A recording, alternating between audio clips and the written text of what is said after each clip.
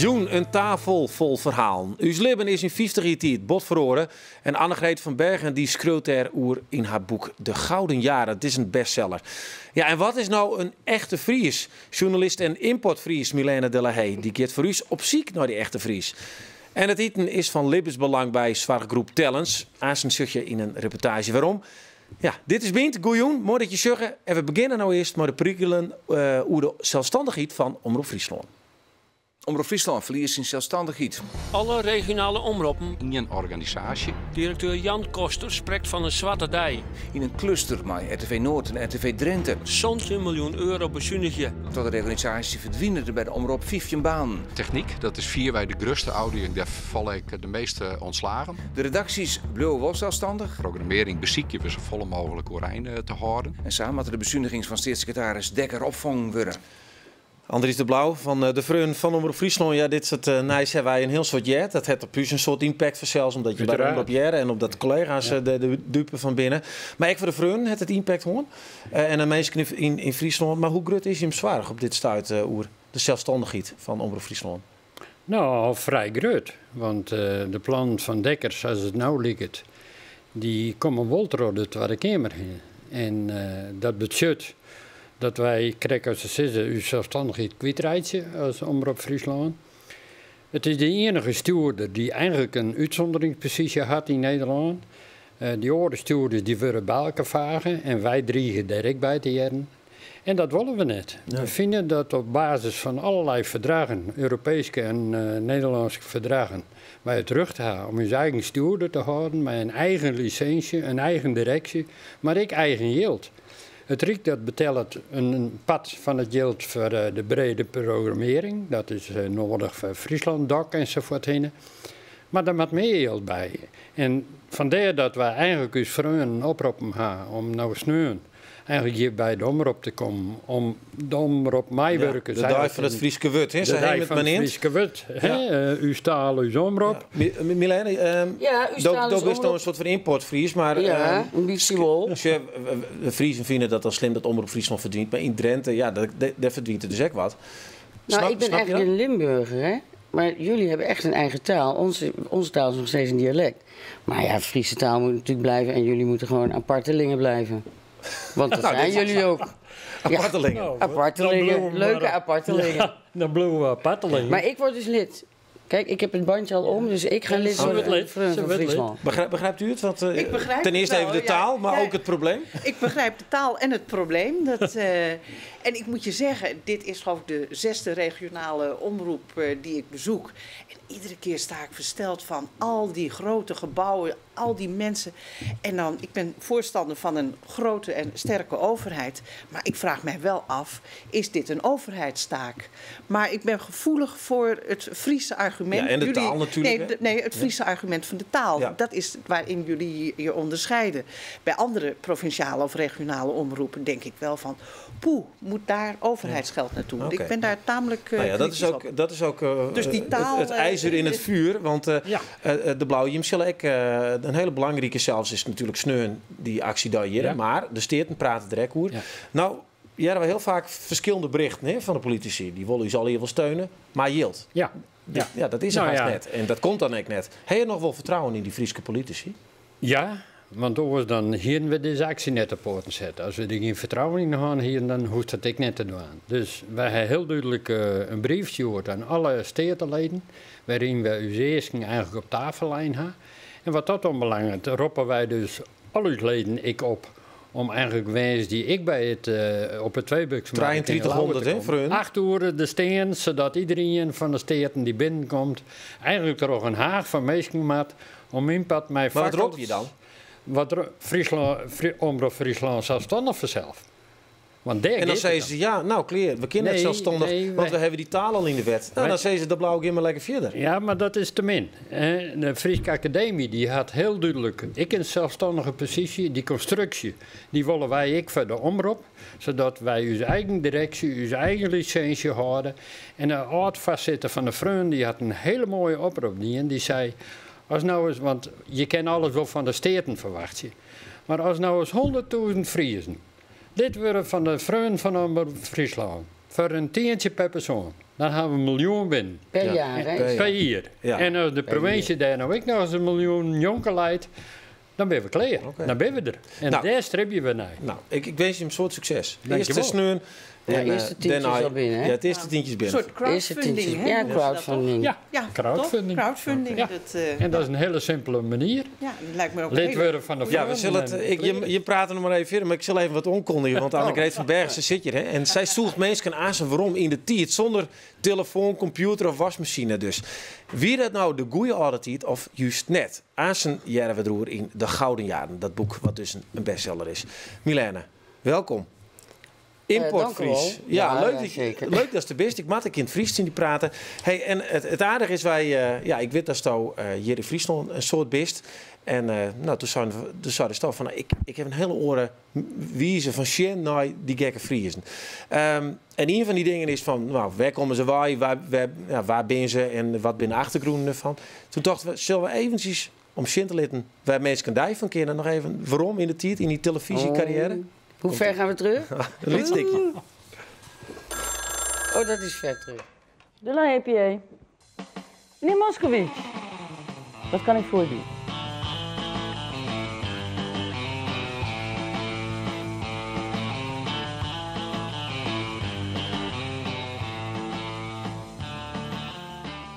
Ja, Milena, we konden net alle beelden pakken, want lief en leed, dat konden we net met Fine, maar dat is maar troprutsen, hè? Ja, Daar kennen heel veel mensen van. Maar ja, wat brengt hij nou naar Friesland? Nou, de HT-race. Ik schrijf voor Panorama tegenwoordig. En in 2011 ging ik de HT-race verslaan. En ja, toen ben ik in de klauwen van een hele Grutte Fries. Grutte Pier. Ja, een hele Grutte Fries. Oh, dit is hem. Dit is de foto. Ja, dat is hem. Hoe Ja, heet die die? linker, heb je die nou? Ja, Ja, die hebben we iets geblurred. Ja. Verder Sjoerdsma. Ja, Frieser kan het niet, volgens mij. Verder Sjoerdsma. Uit Beltsum. Beltsum. En die het in hart stellen.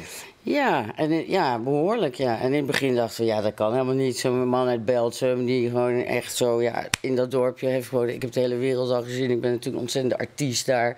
Ze vinden mij echt best wel een beetje vreemd. Maar ja, dat kan dan dus al 4 jaar niet. Maar we komen niet meer van elkaar af. Ja, dan zit je heel hard te lachen. Ja, dat is Maar mooi. dan valt hij dus, want de is journalist, valt hij dus een heel soort dingen op. Wat is nou één dingetje waar van Forten dadelijk dacht van, hé? Nou ja, het is heel grappig dat hij steeds... No. Hè? Dus als jullie enthousiast praten, zeg je... No. Dus dat vond ik al heel schattig, hè? Zo'n grote man. Dat komt van you know. Ja, ja. Oké. Maar wat mij dan ook heel erg opvalt... is jullie zijn eigenlijk een hele grote familie. Dus als je ergens op bezoek bent en er komt iemand ter sprake... dan is het, oh, is dat niet die van... is dat niet die van Jo? Ja, Welkom zwaai. Ja. En dan stopt het hele gesprek. Dan moet tot op de bodem de hele doopcel van zo iemand worden gelicht. Zodat ze precies weten, oh, dat is de omkesisser van die. En pas als dat allemaal dan weer duidelijk is, dan gaat het gesprek weer door. Ja. Vaak over praktische zaken. Is dit herkenbaar? Want dat zei ze nog wel dat het echt typisch Fries is, maar is het... Maar ja, het valt herkenbaar? mij op. Ik herken het in die zin van de familie van mijn man. En die komt uit Noord-Holland. En daar heb je, met name Ja. op het platteland... dan is het wel van, oh, maar dat is er eentje van ja. Van Joop die. en die. En West-Friesen. West-Friese, Ja, ja, het is dat zo zal het dan ook belangrijk. zijn. Hè? Dat, misschien dan toch Friese en West-Friese. Maar misschien ook wel iets meer van het platteland. Ja. Hè? Dat je van Maar dat is dus de Friese identiteit, hè, een beetje. Ja, ik ben een Limburger, hè, oorspronkelijk, maar ik woon al heel lang in de Randstad. Maar als je nou zegt, de Limburger, ja, ik zie niet iets voor me. De Brabander begint een beetje iets, de Groninger, maar de Fries. Want je had het net over die taal, maar jullie hebben ook echt een hele eigen identiteit. Ja, dat vind Nou ik ja, wel. Broekert, Jullie zijn gewoon doorzetters, stop nooit. Ja, ik vind de echte Friese vind ik ook echt de boeren en de bouwvakker. Dat Ja? vind ik echt die stoere mannen. en zeg knappe maar. mannen ook, toch? Of niet? Super knap, want Ja, ik dat neem wij- verder natuurlijk. Kijk eens even hier. En ja, deze man, knapper. Nee, maar verder heeft hartstikke veel chance hoor, als hij bij mij in Amsterdam komt. Want dat soort mannen zijn daar gewoon bijna. Vandaar maar- dat je naar Friesland bent gegaan. Nou ja, ik kwam hier eigenlijk een man zoeken. Nee, ik Nee, wil er maar dat echt je hem over- niet naar Amsterdam hebt genomen, dat bedoel ik. Nee, maar je kan hem niet uit Beltsum ontwortelen. En wat ik ook heel grappig vind, is gewoon hoe jullie praten. Dus jullie zijn de koning van het understatement.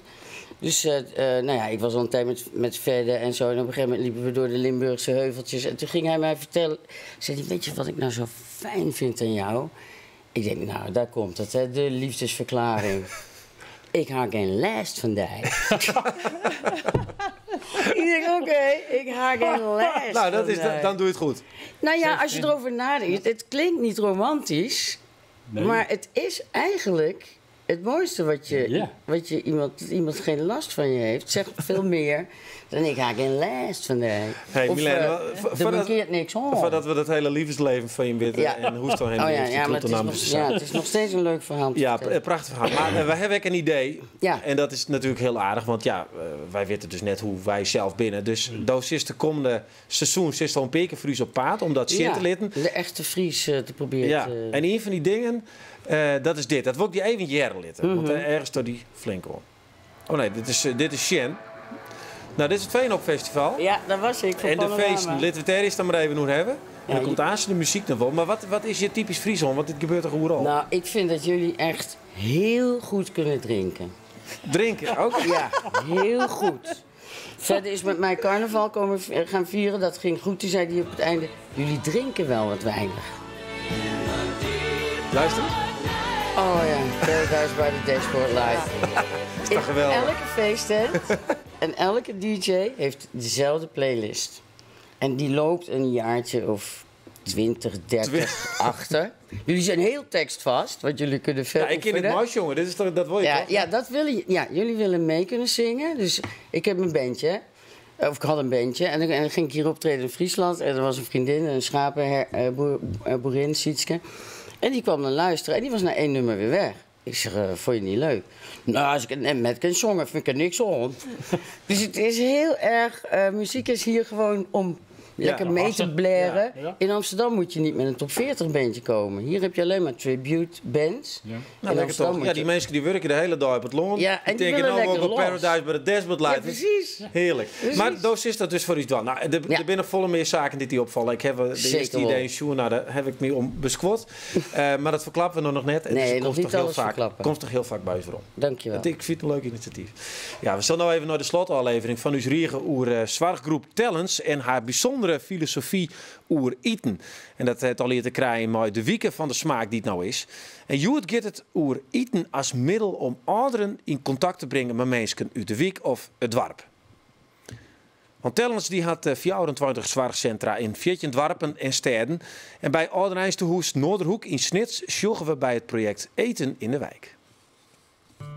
Zorgcentrum de Noorderhoek staat in de Snitse Volkswijk met dezelfde namen. De wiek krijgt een flinke opknapbeurt. Zo wordt er 10-tal nieuwe wenten bouwd. Met het project Eten in de Wijk beziekt het Zwartgroep Tellens in gearwerking met het wiekplatform ook de meerskipzin in de wiek te verbeteren. Joet stiet een grote buurtbarbecue op het programma voor de wiekbewoners en de bewoners van het Ouderijnscentrum. Jonken de Noorderhoek is speciaal een tentendel zet dat de barbecue joen houden we de cel. In de keuken van het Zwartcentrum binnen de kok en vrijwilligers uit de wiek al druk dwanden met de salaris. Twee vrienden voorzichtig begon in gearwerking met de wiekvereniging, doch blikken dat het project Eten in de Wijk nou duidelijk in het verlet verschuift. Met mij een groep denk ik begon van 20 man. En inmiddels zitten we zo rond de 50 elke maand. En hebben we nog eens een keertje 12 keer per jaar een grote uitvoering. En dan doen we dat, ongeveer met 70, 80 man, zoiets. We hebben veel alleenstaanden in deze wijk. Hè? En dan treffen ze andere mensen en dan komen ze in contact. En dat is dus de bedoeling van ons, dat men met elkaar in contact komt. En dan doet men ook vaker wat voor elkaar. Het een, dat werkt door naar het ander. Bijvoorbeeld, je hebt nou de tuinen, dat soort dingen. Hè? Van, nou, ik help jou daar wel even mee. Het zijn kleine dingetjes. Voor bewenster Jelsje Dijkstra van de Noorderhoek is het wiekdiner allemaal een hichtepunt. En dan zit het hier vol. Allemaal bekend, de ene kent de andere. En we eten gezellig met elkaar en het is altijd prima voor elkaar. Ja, geweldig hoor.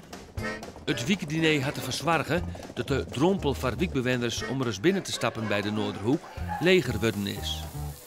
Meestal denk ik altijd van zo'n Ouderijn tehuis is ja, is net voor mij dat pas als ik 70, 80 ben, kom ik eens een keer naar binnen. En op deze manier is die drempel vet. Denk ik zo, wat gezellig. En we kunnen een leuk speeltje doen met de meesten. En komen ze echt gewoon eens te eten en te drinken. Gewoon wanneer ze zin hebben. Het zorgcentrum heeft vrijwilligers nodig. Die komen ook uit eten in de wijk. Dus het is een sneeuwbaleffect. En je bereikt er eigenlijk een heleboel dingen mee. En dat is het mooie ervan.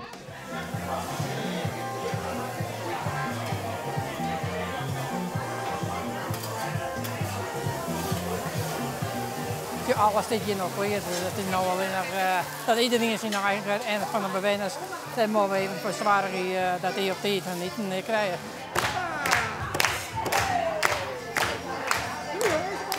En ik ben alleenig, dus dan is het gezellig om ook wat eten. Dus ja, leuk. Hoe smaakt het? Ja, heerlijk, heerlijk. Nou hoor. Heel gezellig.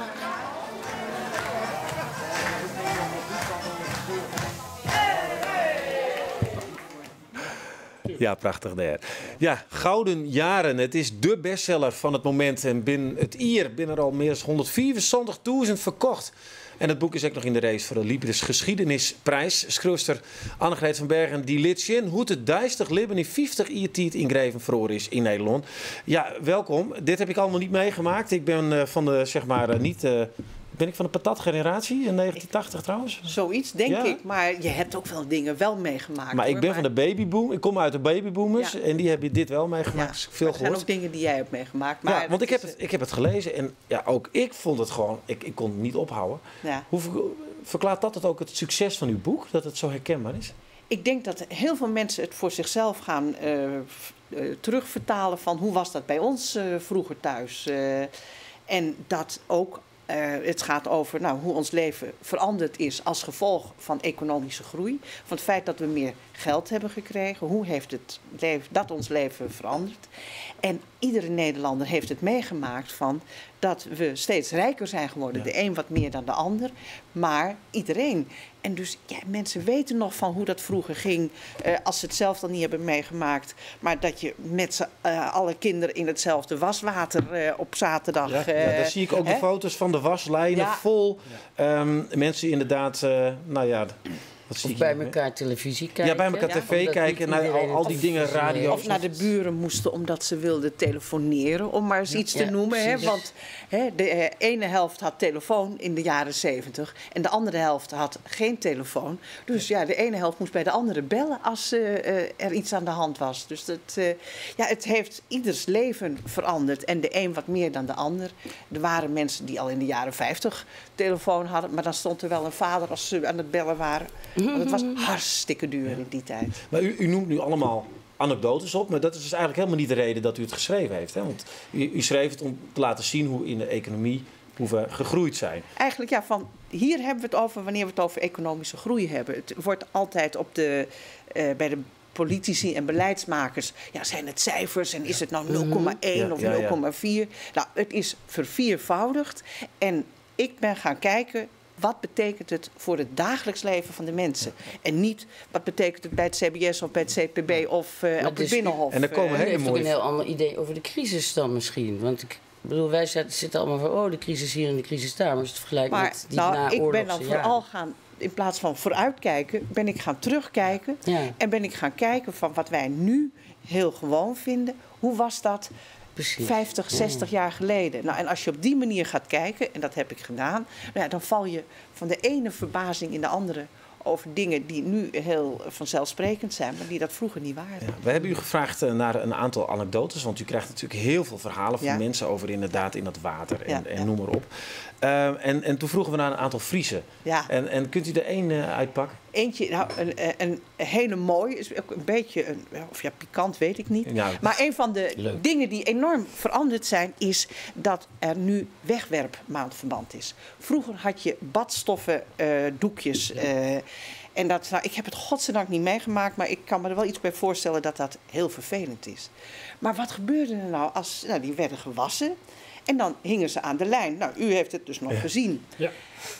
Als er dan een jong gezin was en op een gegeven moment hingen ze er niet meer, dan was er dus kennelijk in verwachting. Ja. Nou, en ik heb mij laten vertellen dat er hier in Friesland een hele oplettende postbode was. En die hield dat allemaal heel precies bij, van bij deze boerin en bij die boerin. En dus op een gegeven moment, als hij dan de maandelijkse doekjes miste, wist hij dat daar een kindje werd geboren. Dat was maar niet voor het lapje houden. Komt dat dan daar vandaan? Dat zat verdraaid. Dat wist ik niet, maar dat zou ik wel kunnen zeggen. Denk ik dan. Ja, dat creatief. En toen kwam dus heeft hij dat aan een buurvrouw verteld. Van nou, je buurvrouw is ook in verwachting. En toen kwamen ze dus, al die boerinnen erachter, dat die man hen in de gaten hield. Nou, ze hebben zo wat gelyncht. Ja. Maar het is een Fries voorbeeld, maar het kan ook elders spelen. Want inderdaad, je hoort... Dat gebeurde meer. Ja. Nou ja, u vertelt nu dingen waar we om moeten lachen. En mensen die vinden dat herkenbaar. Maar ook wel duidelijk is dat een heleboel mensen niet terug willen naar die tijd. Dat het niet alleen maar nostalgie en mooi is. Vandaag gaf u dus de lunchlezing in Tresor. En wij waren er ook, hebben even gevraagd waarom mensen eigenlijk heel blij zijn dat die tijd voorbij is. Ik ben benieuwd. Wij morgens wekker waren en het vreer heel erg. Dan ben je dus ruiten bevezen, het ijslaai op het hekkes. En dan moest je naar de wc. En dan ging je eerst al bij de koeien langs, wat ik al vreselijk vond. En dan uiteindelijk kwam je bij de wc en dat rook je al in de verte. En dat krantenpapier wat er lag, dat ruik ik nog. Dus ik ga studeren bij een petroleumlampje op de tafel. Ontjep in de nacht. En dat mis ik net. En op het pad, nou wat een smeerlaperij. En dan ging je bij een pad op overloop staan. En dan ging wel een keer op als wij nachts naar de wc moesten. Dus missen, die tobben, en dat bak je mij water om te wasken 1 keer in de week, dat mis ik helemaal net. Ja, herkenbaar. Iedereen die herkent het. Dus eigenlijk helemaal net nostalgie, maar...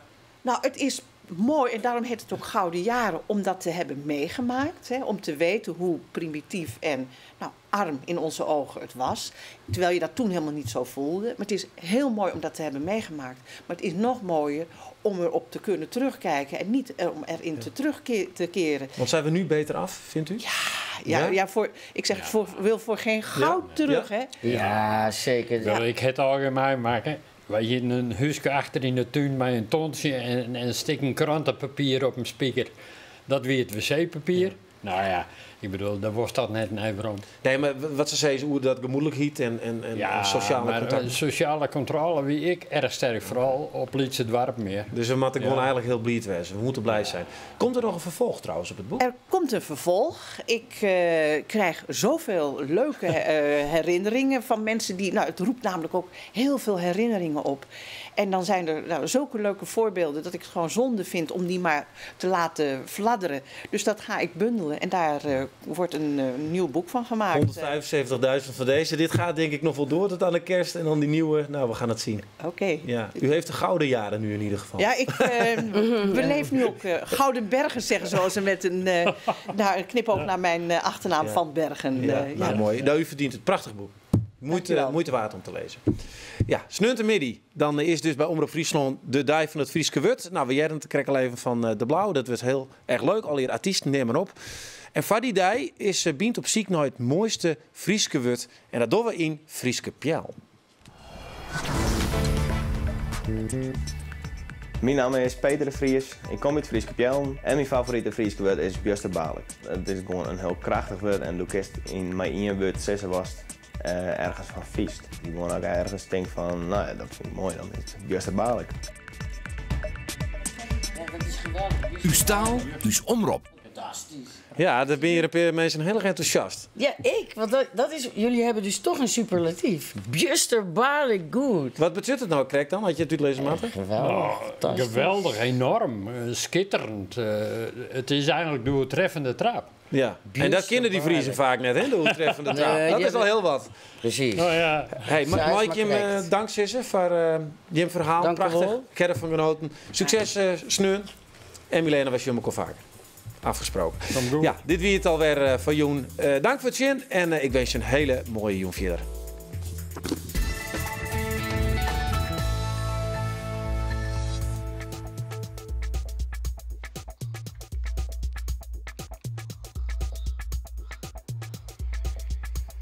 Sportclub Heerenveen nou een spitsenprobleem of net? We zullen het er morgen in Bean Sport. Want dan zit je in de studio, Foppe de Haan.